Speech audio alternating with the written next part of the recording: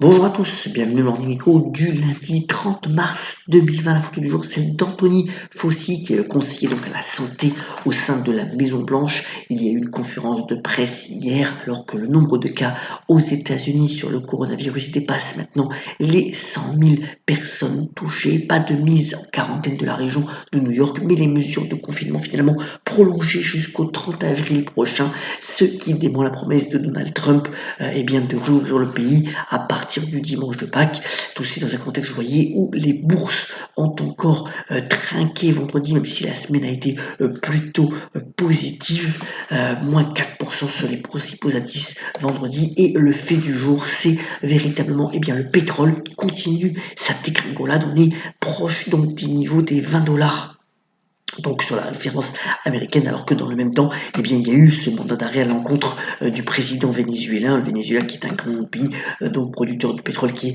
face à des difficultés assez importantes, donc avec une prime de 15 millions de dollars. Vous voyez donc ce pétrole qui va continuer à peser sur le marché, c'est un point bas qui n'avait pas été atteint depuis près de 20 ans. Tout ceci dans un contexte aussi où la volatilité reste exacerbée. Vous voyez le VIX, donc c'est l'indice de volatilité des options sur le SP500 qui est à un niveau encore assez élevé, 65.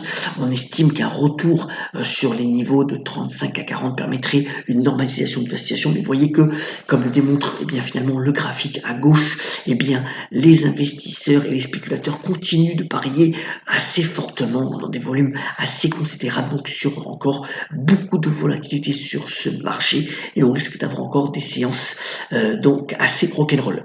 Tout ça dans un contexte aussi où la Banque centrale de Chine ce matin a baissé ses taux de 2,4 à 2,2% sur le court terme. Et voilà un graphique intéressant démontré par Bloomberg ce matin. La croissance chinoise, c'est la courbe blanche qui continue à baisser de manière en tendance, alors que dans le même temps, l'endettement donc des particuliers chinois continue de monter à un rythme très soutenu, et c'est ce qui fait dire que finalement la Chine ne pourra pas connaître une croissance très soutenue dans les mois à venir, même si il pourrait y avoir bien entendu une amélioration puisque la Chine redémarre, mais ça sera certainement à un rythme moins soutenu que par le passé. Alors, dans ce contexte, on sait où, hier soir, vous voyez que près de la moitié du globe est en confinement total ou partiel, en tous les cas recommandé, et vous voyez que de nombreux pays continuent d'appliquer ces mesures de confinement. C'est le cas par exemple de l'Italie qui a prolongé jusqu'au 15 avril, alors que la France, c'est aussi le même cas. On est quand même à plus de 718 000 cas dans le monde. Pour la France, c'est 40 000 cas et malheureusement 2600 décès. Je vous ai mis, comme chaque semaine, début de semaine, le calendrier des principaux chiffres économiques et des résultats des sociétés. On aura bien entendu pas mal de chiffres sur l'activité manufacturière et dans les services au mois de mars pour jauger un petit peu de l'activité globale aussi. Les taux de chômage, en particulier américain, qui sera aussi dévoilé vendredi. Quelques chiffres aussi de sociétés comme notamment Walgreens qui publiera, donc la chaîne de pharmacie sera assez intéressant à regarder d'ici donc jeudi prochain.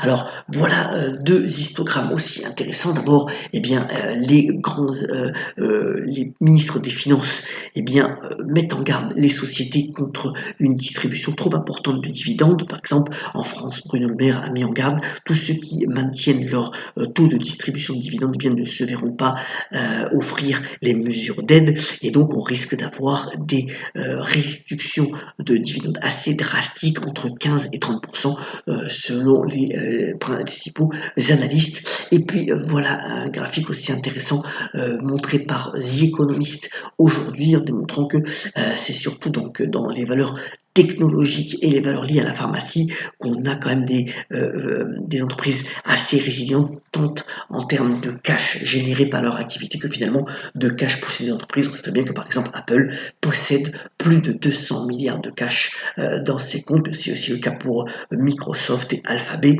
et les entreprises pharmaceutiques ont moins de cash, mais quand même avec leur activité en produisent beaucoup, donc ça en fait aussi des valeurs assez résilientes. Secteur très touché par l'environnement actuel, c'est bien entendu le secteur automobile. On estime qu'on aura finalement sur 2020 près de 15 millions de voitures vendues en moins dans le monde. Ça va concerner toutes les zones et en premier lieu la Chine. Mais le point intéressant, c'est que finalement, toutes les entreprises liées à ce secteur ont aujourd'hui une trésorerie leur permettant de mieux affronter eh bien, les vents contraires, comme ça avait été le cas notamment en 2008, parce que justement, elles ont amélioré leur bilan. Alors vous voyez que si on prend l'Europe, par exemple, l'indice du secteur automobile n'est pas arrivé encore au niveau 2008, il a certes beaucoup baissé, mais avec cette trésorerie positive, ça a permis finalement un petit peu de freiner les ventes et la baisse massive de cet indice. Voilà ce qui est intéressant à noter. Pas de reprise pour le moment, bien entendu pour ce secteur, puisque la majorité des usines sont également fermées. Alors, c'est encore un point relevé dans les échos aujourd'hui, c'est quid du marché de l'immobilier après cette période de confinement. Alors, selon les principaux experts, en tous les cas pour la France, eh bien, les grandes villes devraient résister, au détriment d'ailleurs des petites villes du milieu rural, où ça pourrait être plus délicat et on pourrait avoir des baisses de prix à lire dans les échos aujourd'hui. Alors, au niveau de l'actualité des entreprises, eh bien, c'est surtout en Allemagne qu'un tollé a été levé contre donc Adidas et H&M, puisque bien entendu, eh bien, tous les magasins de ces deux marques sont fermés. Eh bien, elles ont refusé de payer leur loyer pour donc le mois de mars, cette période de confinement. Alors ça a été mal accepté au niveau donc de l'opinion allemande, parce qu'ils ont quand même, c'est quand même des entreprises importantes qui bénéficient d'une trésorerie largement positive et elles devraient au contraire montrer l'exemple. On verra si ça a des incidences bien entendu sur leur vente à venir. Alors, dans ce contexte-là, un petit peu délicat, voilà une application qui montre bien, puisque c'est Foodvisor, pour calculer le nombre notre calorie. Par exemple, elle a été téléchargée plus de 3 millions de fois. Et puis, le Parisien nous fait une petite infographie sur ce qui est bon, finalement, de manger dans cette période de confinement. Les fruits, bien entendu, sont toujours privilégiés, les bonnes protéines. Voilà, faire un petit peu attention à ce qu'on mange dans ce contexte-là, avec un peu d'exercice physique, même si celui-ci est limité surtout à l'extérieur, mais on peut en faire aussi à l'intérieur, et ça peut être intéressant donc à mettre en place dans cette période de confinement, alors qu'on est pour la majorité d'entre nous en télétravail. Voilà donc pour l'essentiel de l'actualité. On termine ce morning comme d'habitude en respectant bien ces mesures de confinement, et quand on sort, eh bien les mesures barrières, et par la citation donc de ce grand auteur qui est Jean Genot, qui avait notamment déclaré: il y a des moments où un mot fait plus qu'un geste. Très bonne journée à tous, ayons la pêche et soyons solidaires, et on se retrouve bien entendu demain pour un nouveau Morning Co. À très bientôt.